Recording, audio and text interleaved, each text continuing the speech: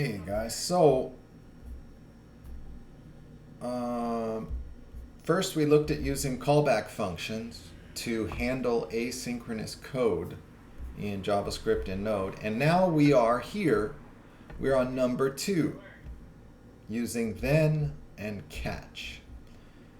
All right, so I have some code here, and you can download it very quickly just by going to this link here, and this will be in the description, you guys. I will have down in the video description down below, you can get these links, and so this way you can just very quickly in one fell swoop you can download it all.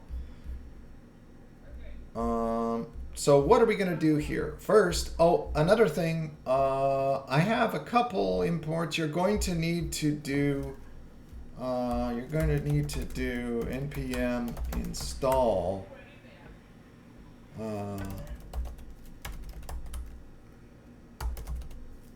node fetch, right? And then also Cheerio, because we're going to use that. We're not going to talk about Cheerio too much, but we're going to use it briefly, right? So you need to do that. You're going to need to do that for each one of these, both Cheerio and node fetch, right? I've already got them installed, so there's no need for me to do that. What are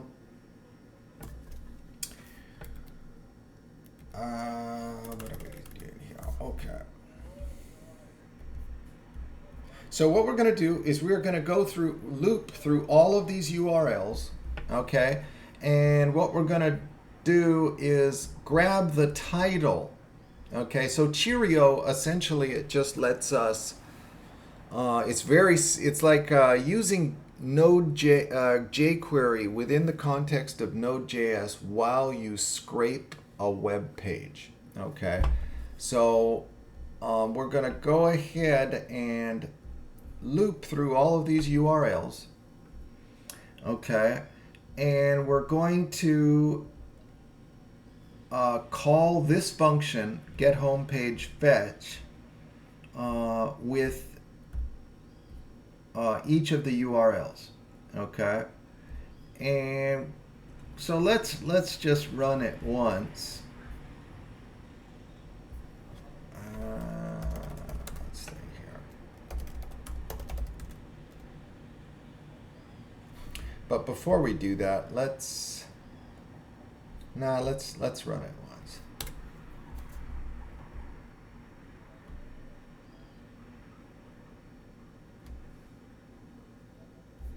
Okay.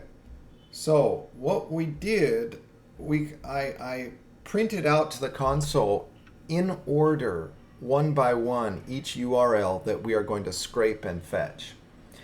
And so this one, American Web Developer 5 seconds, is first. That's the first request to go out. Then this one, then some domain that doesn't exist. I know for a fact this doesn't exist. Right, wait a minute. See, it does not exist. And then we're going to go to Prime Minister of Kazakhstan, because I wanted to choose some domain names where the servers are so far away from each other that it will demonstrate the asynchronous nature. Here we have Google, we call number 8, in place number 8. Then finally we call this Barranquilla in northern Colombia. So we should think, all right, so I think I hope that you understand the idea that, all right, well, let me see, I'm not explaining this very well. All right, so we loop through each one of these, and here's our promise. Okay, so we fetch our URL, and that creates a promise. It returns a promise, and we can access that promise inside of then. We can also chain these thens together if this returns a promise. Okay, so this is in fact returning a promise. But let's get down to this business with the promise. What is a promise? What's the definition? Okay, a promise is an object, or you could say a value, that represents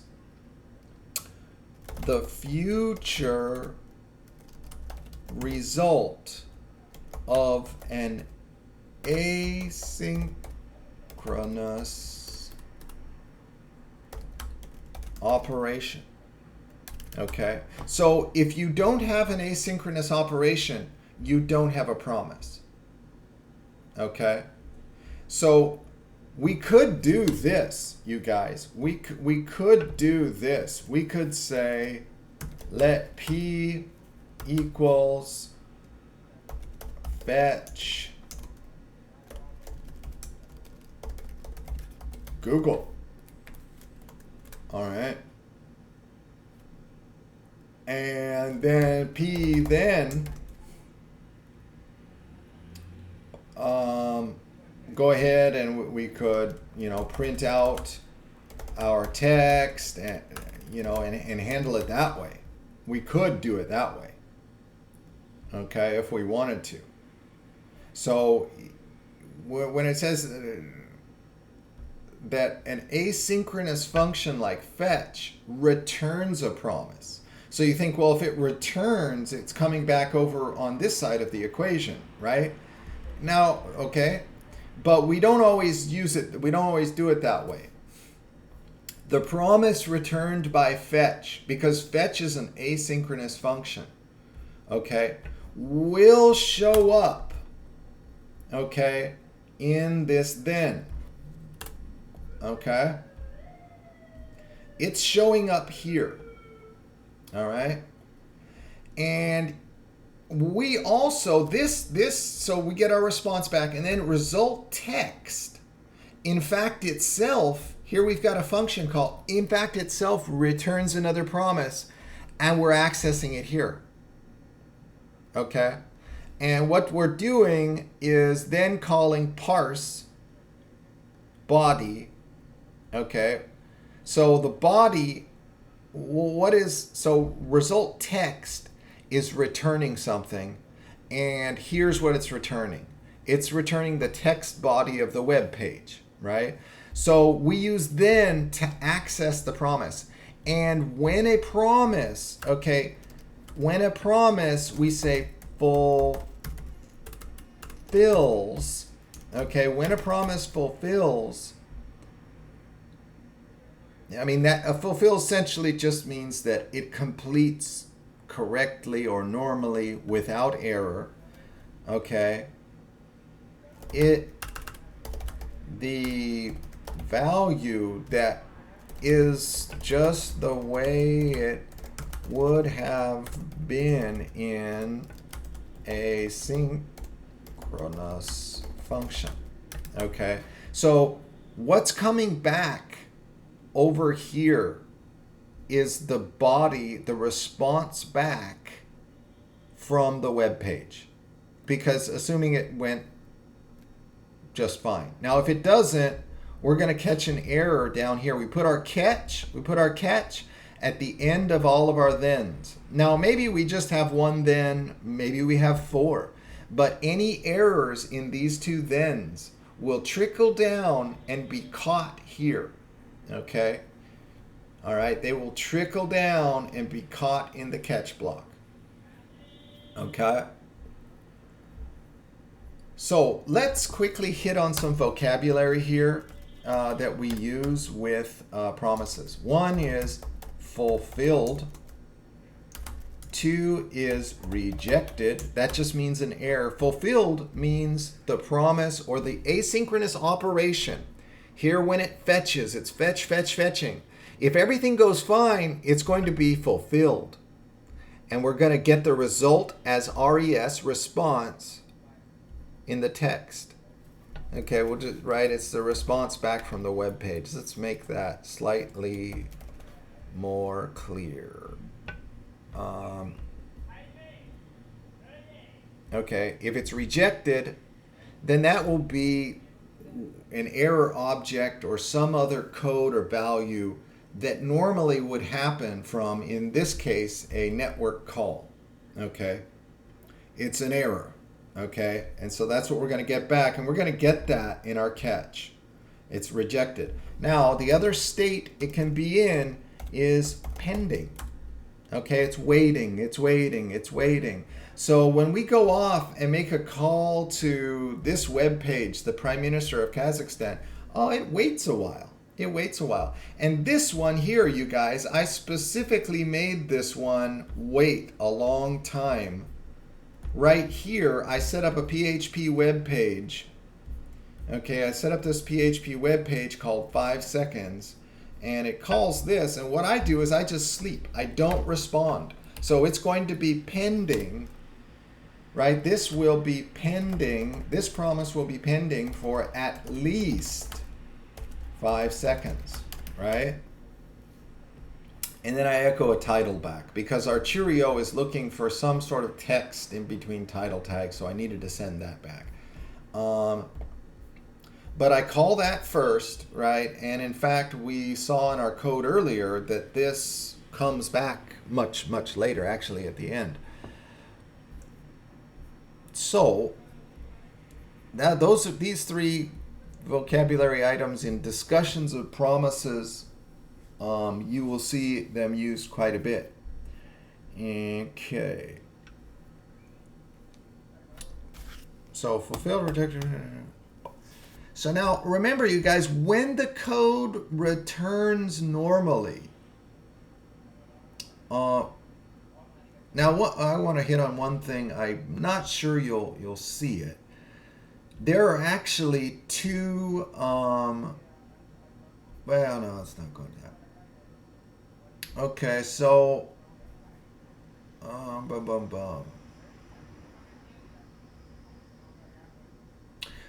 So I guess the key idea is when I have my asynchronous operation, that means a promise is going to be generated. Okay, and a promise is something that will occur in the future. All right, when it's fulfilled, we access that normal value. In this case, it's just a bunch of text, right? It's a response back from a web page. It's not just so simple as a string. It's a little more than that, but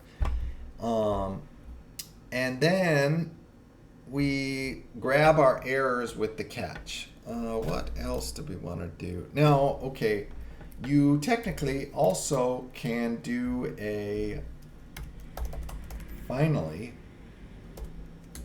right here, and you could console log, or you could do lots of cleanup here. Oops. Yeah, finally. And you could do a bunch of stuff in there. Now remember, in here, inside your finally block, you will not have access to whether it'll run at the end, right? It'll run at the end, but you will not have access to whether or not the promise fulfilled, which means it was successful in getting the web page in this case, right? You will not know that. You will not know if it's rejected. And what, again, does a rejection look like? Let's take a look here. Well, let's do this.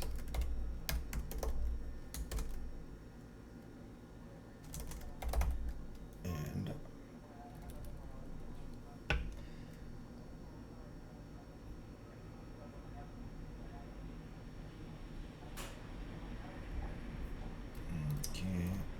Oh, we can do this one.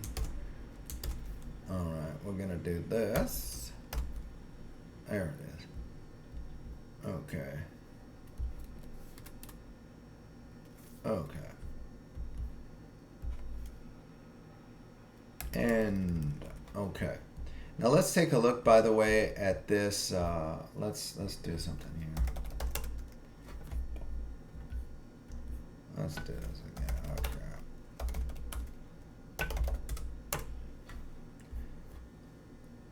Okay. Um, yeah, okay. At the end of each promise, that the end is executing. But anyways, so oh, let's see that. What happened there? So catch block here, this doesn't exist, right? So we can see our error right there. But let's try something. Oh yeah, and you can see that this went at the end. Let's try something here. Kind of curious.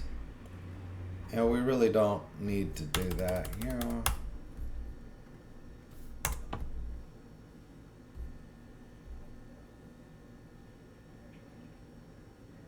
Huh.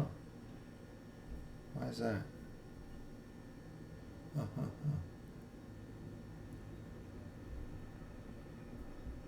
Okay. Well, anyways. Um,